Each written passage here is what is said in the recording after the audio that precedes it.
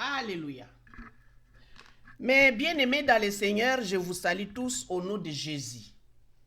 Je reviens de nouveau avec une courte vidéo pour vous annoncer le nombre 666 qu'on parle souvent. Oh, c'est l'Apocalypse. L'Apocalypse 666. Nous voulons aujourd'hui que les enfants de Dieu puissent découvrir ce nombre 666. Où pouvons-nous trouver ce nombre? Alléluia. Nous voulons que les enfants de Dieu apprennent la vérité. Parce que Jésus-Christ lui-même insiste sur la vérité. La vérité vous affranchira.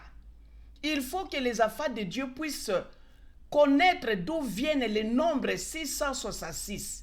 Car nous voulons sauver des vies. Nous voulons que Dieu sauve des vies à travers vous et moi. C'est la raison pour laquelle, mes bien-aimés dans le Seigneur, nous vous annonçons d'où viennent les nombres 666. Ou peut-être, ou je peux dire en d'autres termes, où pouvons-nous trouver les nombres 666? Amen. Dans l'Apocalypse, dans le chapitre 1, la parole de Dieu nous dit que c'est une révélation de Jésus-Christ que Dieu lui a donnée pour montrer à ses serviteurs les choses qui doivent arriver bientôt.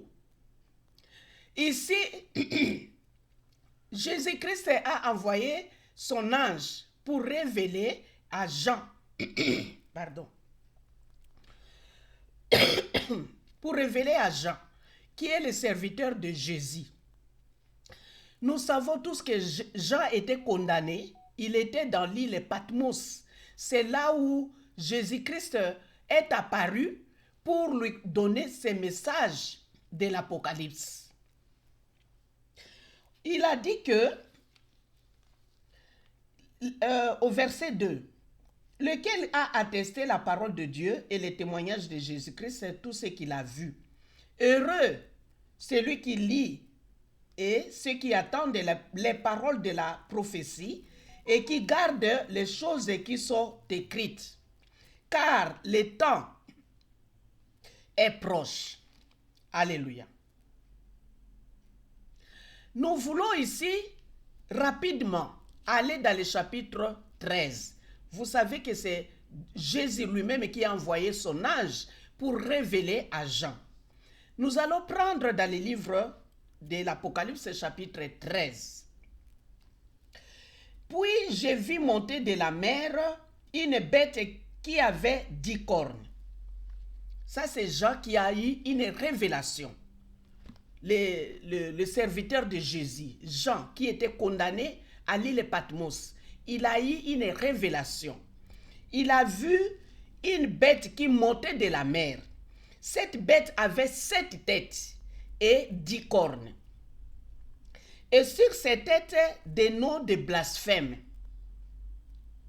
Et sur ces cornes, 10 diadèmes. Les diadèmes sont des couronnes. Et sur les 7 têtes-là, il n'y avait que des injures. Blasphème, c'est-à-dire des injures. Et cette bête avait, on dit au verset 2 qu'il ressemblait à un léopard. Et aussi, il avait les pieds comme les pieds de l'ours. C'est une révélation. Ça, ce n'est pas la réalité. Nous voyons ici la révélation, ce que l'homme de Dieu a vu dans son rêve, ce qu'il a vu. Et on dit que cette bête-là a reçu l'autorité du dragon. C'est ce qu'il a vu. Le dragon a donné l'autorité à la bête. Et la bête avait le pouvoir de donner ordre à toute la terre, donc aux gens du monde entier, d'être derrière lui.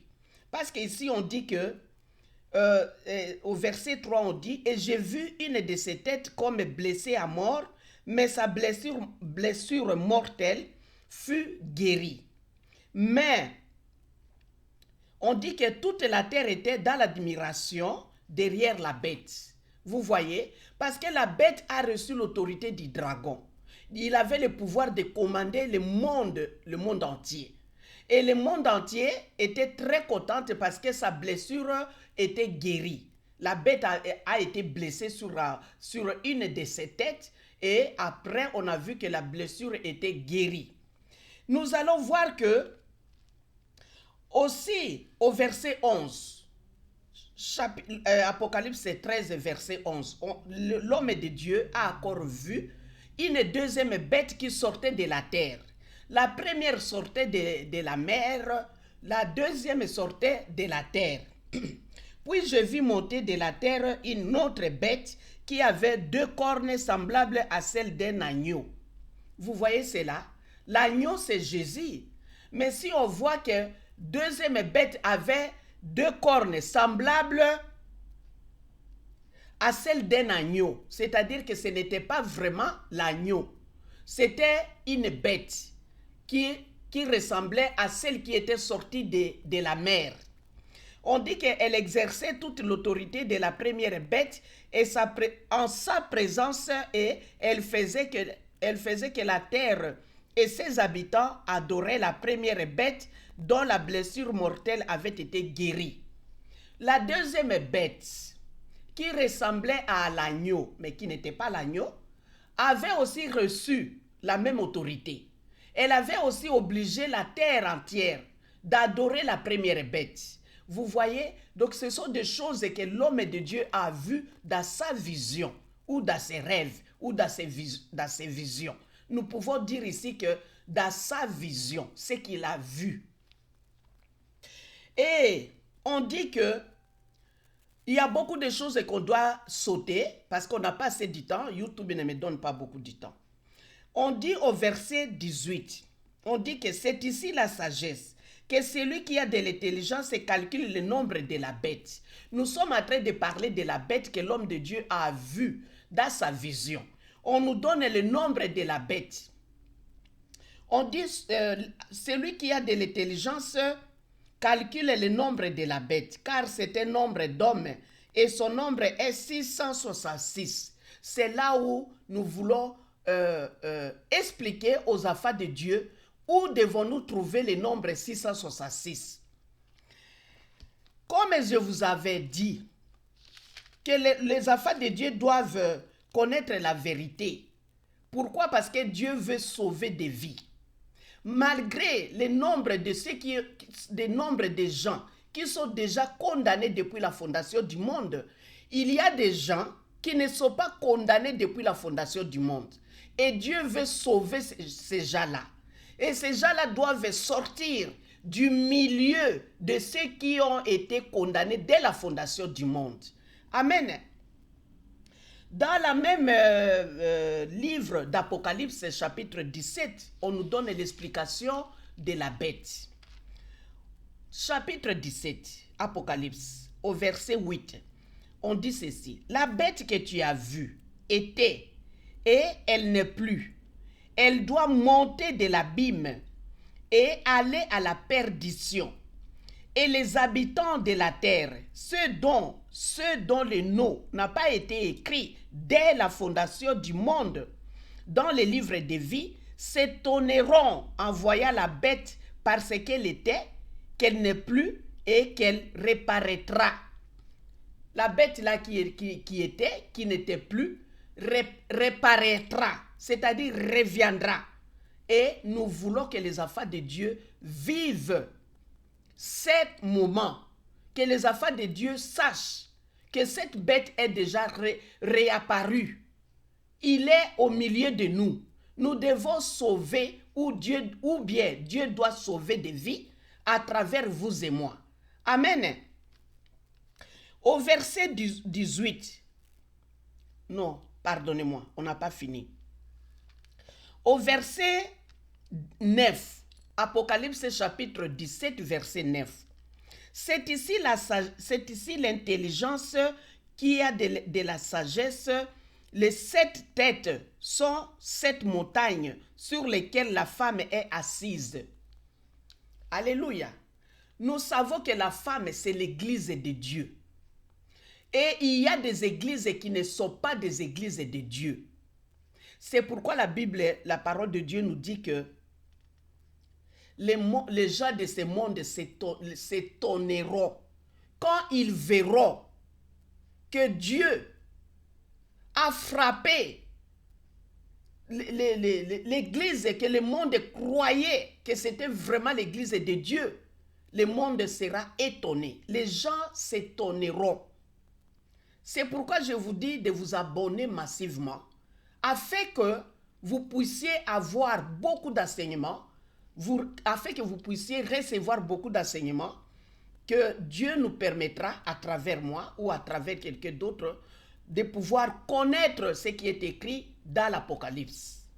Si vous connaissez l'essentiel, vous comprendrez tout ce qui se passe sur la terre. Amen. Dans les livres dans les livres d'Apocalypse chapitre 17, nous sommes toujours là.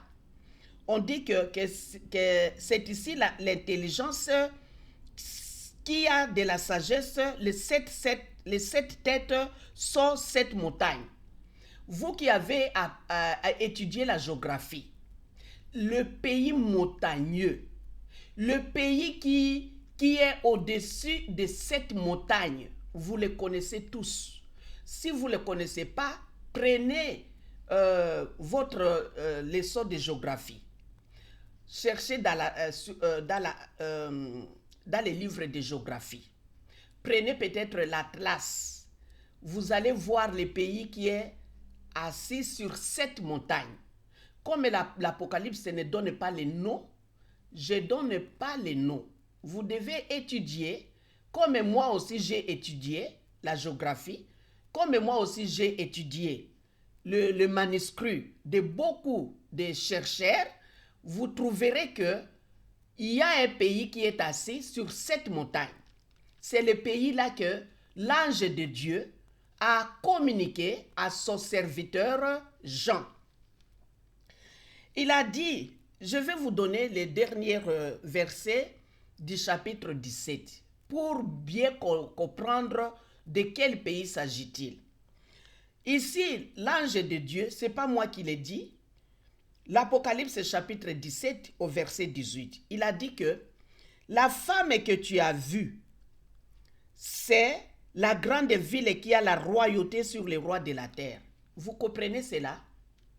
Nous tous, nous connaissons la ville qui a la royauté sur les rois de la terre, sur le président de la terre, sur les autorités de la terre. Nous connaissons cette ville-là. Vous ne pouvez pas demander quelle ville. Alors, si réellement vous êtes de ce monde, vous connaîtrez quelle ville. C'est pourquoi nous voulons que vous qui recevez ces messages, de les propager, de sauver des vies. Que les gens puissent être sauvés. Dieu veut sauver des vies à travers vous, à travers moi. Jésus veut sauver des vies à travers vous, à travers moi. Quelle ville qui reçoit toutes les autorités de ce monde? Les rois, les présidents, les ministres, des députés, des gens, des riches. Alléluia. Vous devez connaître cette ville-là. Et c'est là où se trouve le nombre 666. Nous devons dire la vérité, c'est la parole de Dieu. On n'insulte personne. On veut que les gens soient sauvés. Dieu veut sauver son peuple. Le peuple n'est pas votre peuple, n'est pas non plus le mien. C'est le peuple de Dieu. Dieu veut sauver son peuple. Vous n'avez rien à dire. Dieu veut sauver son peuple. Amen. La femme est là. On dit la femme, c'est l'église. Nous sommes la femme de Jésus. L'église est la femme de Jésus.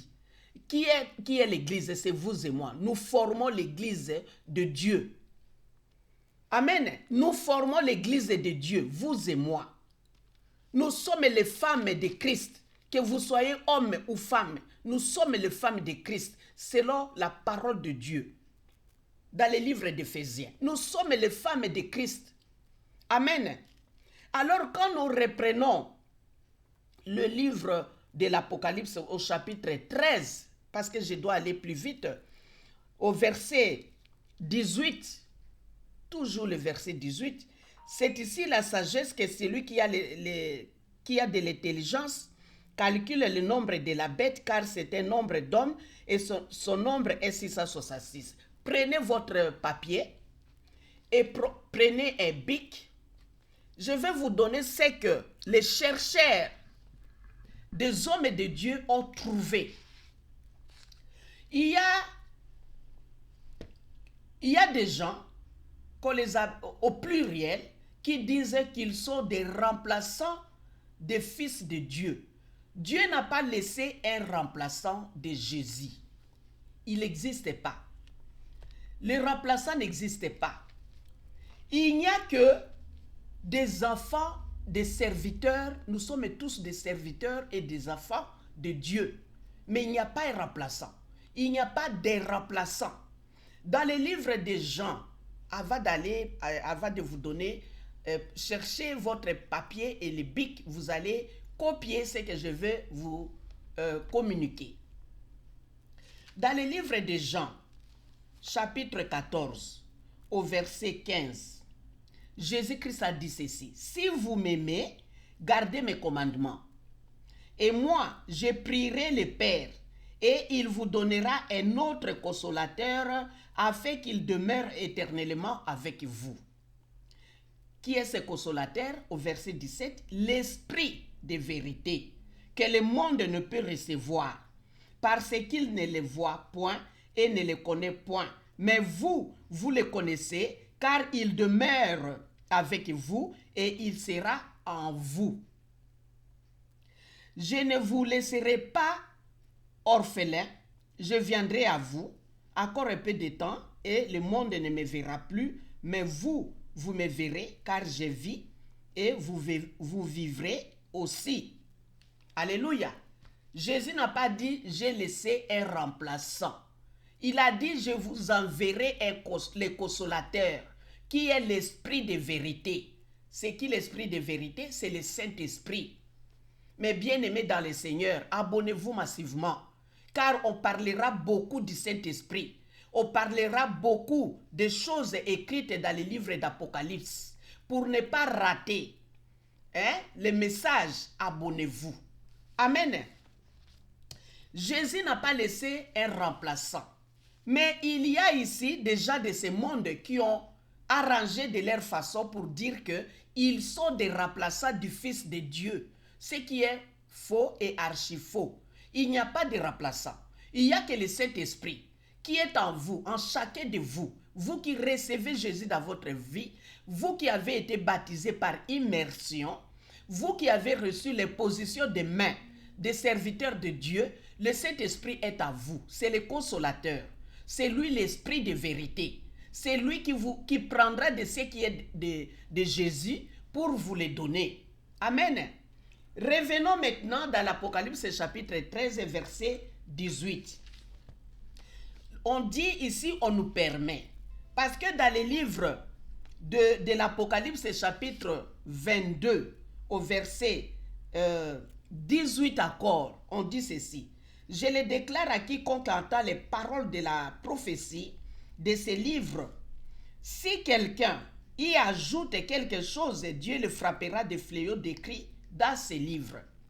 Au 19, on dit, et si quelqu'un retrache quelque chose des paroles du livre de cette prophétie, Dieu retrachera sa part de l'arbre de la vie et de la ville sainte, décrit dans ces livres.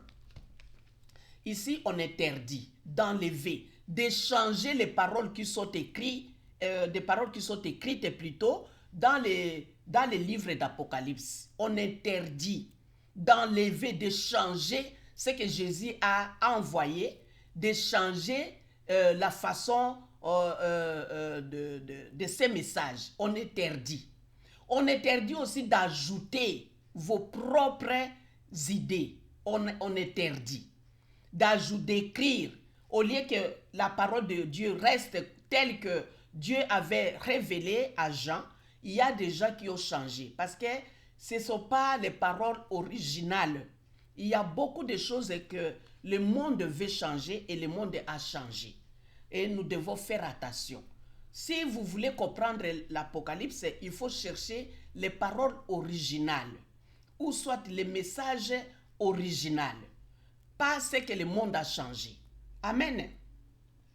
Revenons sur Apocalypse 13, au verset 18. Là, on nous permet. On vient de lire que dans les livres de Apocalypse chapitre 22, 18 à 19, on interdit. Mais ici, au verset 18 du chapitre 13, on nous a permis de calculer. On dit, c'est ici la sagesse, que celui qui a de l'intelligence calcule le nombre de la bête. Nous, on ne retranche pas, nous, on n'ajoute pas, on nous permet ici seulement de calculer le nombre de la bête. Mais où devons-nous trouver le nombre là pour faire les calculs? C'est ce que nous allons vous donner maintenant. Prenez votre papier et un stylo à bic, écrivez. V, I, C qui est C français, A, R comme Roméo, I, U comme uniforme, V comme Victor, S. Plus loin, écrivez F, I, L, I, accord I, S, et encore un peu plus loin, écrivez D comme David, et I. Je peux lire Vicarius, parce que Vicarius, c'est au pluriel dans cette langue. Philis Dei, c'est-à-dire remplaçant, beaucoup de remplaçants du Fils de Dieu. Et nous venons de lire dans les livres de Jean, il n'y a pas de remplaçants. Dieu n'a pas laissé de remplaçants. Jésus n'a pas laissé de remplaçants. Dans toute la Bible, quand vous lisez de Genèse jusqu'à l'Apocalypse, vous verrez jamais où Dieu, où Jésus a dit, je vous ai laissé un remplaçant. Il a dit, je vous enverrai le consolateur. C'est lui qui est l'esprit de vérité. L'esprit là vient d'en haut. L'esprit de vérité. Et non un remplaçant. Le remplaçant, c'est un homme comme vous et moi. Ou des hommes comme vous et moi. Or, il n'y en a pas, il n'existe pas, et ne croyez pas à cela. Amen. Et nous allons faire les calculs. Vicarius, le V, c'est 5. I, c'est 1. 5 plus 1 égale 6. C là, le C français là, c'est 100. 100 plus 6, c'est 106. A, c'est rien. R, c'est rien. I, c'est 1. Plus 106, ça fait 107. U, c'est rien. V, c'est 5. Ça fait 112. Et calculez maintenant Philis. F, c'est rien. I, c'est 1. L, c'est 500. I, c'est 1. I, c'est 1. S, c'est rien. Donc, Philis, si on fait les calculs, c'est 503. Nous avons, nous avons déjà eu 112 plus 503. Le dernier, c'est Dei. Hein? Dei, c'est Dieu. Dei. D, c'est 50. E, c'est rien. I, c'est 1. Donc, Dei nous donne 51. Quand vous faites les calculs, 503 plus 112. Donc, 112 de Vicarius nous donne 112. Philis nous donne 503. Dei nous donne 51. Quand vous faites les total vous donnera 666. Mais bien aimés dans le Seigneur, vous voyez cela? C'est pourquoi Dieu veut sauver des vies à travers vous. Il faut que les gens sortent du milieu de la bête. Que les gens là qui croient qu'ils sont dans le Seigneur, qu'ils puissent sortir. Ils ne sont pas dans le Seigneur. Que Dieu puisse les sauver. Notre prière n'est que Dieu les sauve. Que Dieu sauve ces gens-là. Le diable est trop malin. Le diable est trop malin. Il a plongé les enfants de Dieu dans un trou, dans la bouche du dragon. Les enfants de Dieu sont conduits par les dragons. Nous devons faire notre mieux, propager cette bonne nouvelle, que Dieu sauve des vies. Alléluia. Vous voyez, c'est là où Dieu nous a recommandé, vous qui êtes sages, vous qui êtes intelligents, de faire les calculs. Parce que Dieu lui-même a dit, c'est un nombre d'hommes. Il a dit que c'est un nombre d'hommes et son nombre est 666. Amen. Sauvons des vies. Que Dieu sauve des vies à travers vous, à travers moi. Amen. Prions l'Éternel. Dieu d'Abraham, d'Isaac et de Jacob, l'Éternel des armées, nous te remercions infiniment. Nous te rendons grâce, Père Saint. Nous te remercions, Seigneur, parce que tu as permis qu'aujourd'hui, nous puissions découvrir le nombre 666. Ils viennent d'où? Que ceux qui portent ces chapeaux-là où il est écrit Vicarius Filis Dei, que ces gens-là connaissent que c'est cette écriture-là, les trois mots-là, Vicarius Filis Dei, signifie remplaçant des fils de Dieu. Il n'y a pas de remplaçant. Que ces gens-là puissent comprendre que c'est l'ennemi de Dieu, l'ennemi des enfants de Dieu, qui les a jetés dans la bouche du dragon. Que Dieu puisse les faire sortir de là. Que Dieu puisse sauver des vies. Qu'il n'y a pas de remplaçants de fils de Dieu sur cette terre. Ces remplaçants n'existent pas. Alléluia. Que le Seigneur Dieu sauve aussi beaucoup de gens qui suivent les gens qui sont déjà tombés dans cette bouche du dragon. Que Dieu puisse sauver son peuple. Que Dieu sauve son peuple. Dieu, il est un Dieu miraculeux. Il est capable de sauver. Il est capable de faire sortir son peuple du milieu des gens qui n'acceptent pas Jésus-Christ. Mais bien aimés dans le Seigneur, nous prions que les gens sortent du milieu des gens qui prétendent être des serviteurs de Dieu, mais qui ne le sont pas. Nous voulons que les gens puissent être sauvés maintenant, dans les temps présents, dans l'avenir et après la mort. Nous voulons que les gens soient sauvés. C'est pourquoi Dieu n'a pas caché le message. Il faut que les gens puissent découvrir ces messages de l'Apocalypse.